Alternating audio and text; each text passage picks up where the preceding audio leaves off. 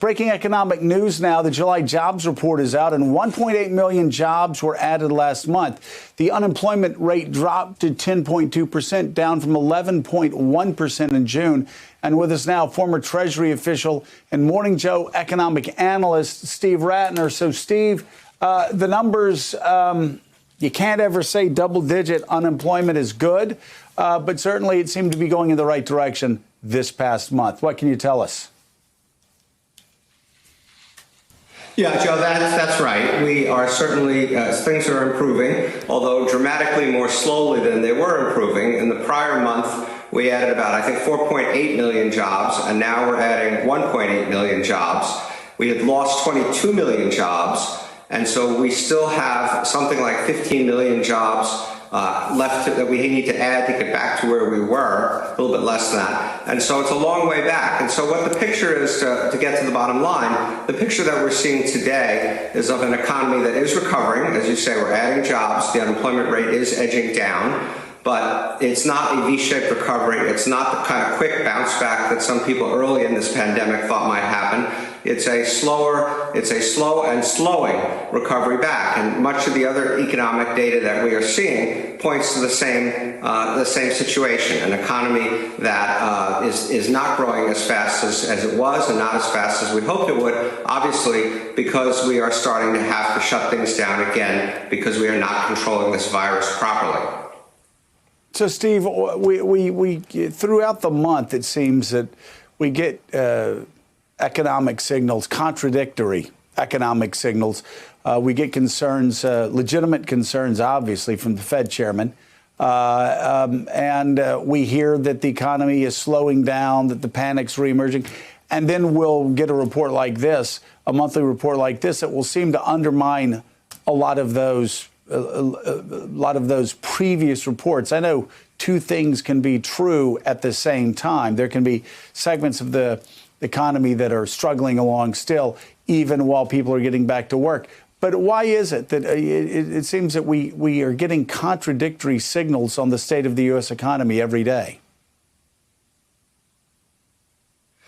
We're in a time that is utterly unprecedented in terms of asking economists and data collectors and all the people involved in giving you that economic picture to give you an accurate one and a timely one. Things are moving fast. Things are happening differently in different parts of the country. And as I said, we're in uncharted waters. For example, the 10.1% unemployment rate, even the Bureau of Labor Statistics says understates by at least 1 percentage point simply by misclassifications because people are in different categories at the moment. But the bottom line, Joe, is I think the picture is fairly consistent. It's of an economy that is recovering, but much more slowly when you compare the number of jobs that we regained in June to the number of jobs that we regained in July and how dramatically that's come down.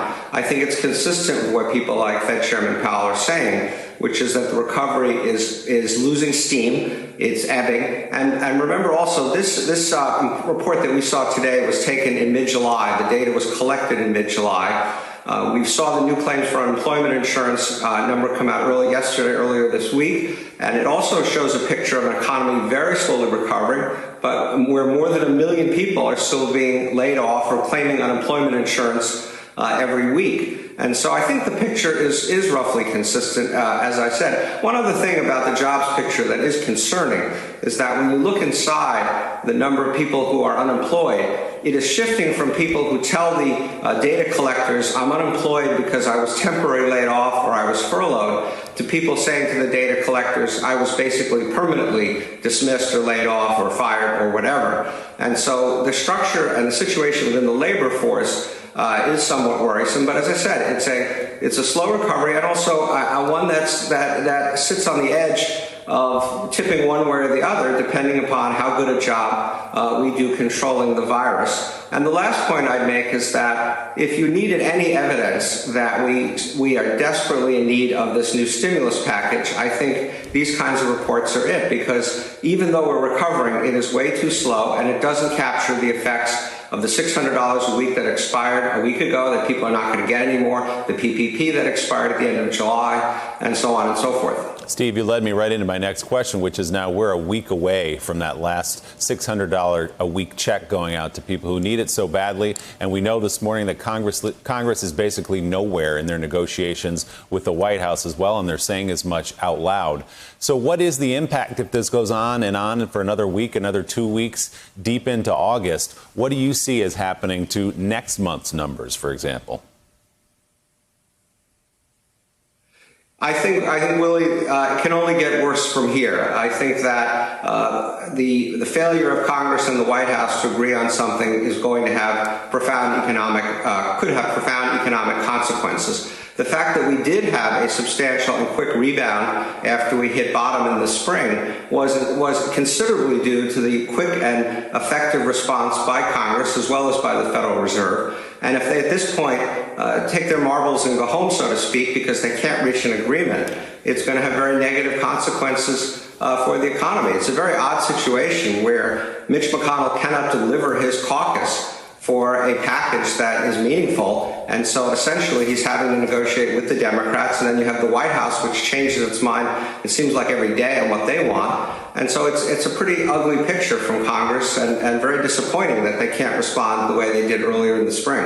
All right, Steve Rattner walking us through the numbers. 1.8 million jobs added in July, the unemployment rate down to 10.2%. Thanks for checking out MSNBC on YouTube, and make sure you subscribe to stay up to date on the day's biggest stories. And you can click on any of the videos around us to watch more from Morning Joe and MSNBC. Thanks so much for watching.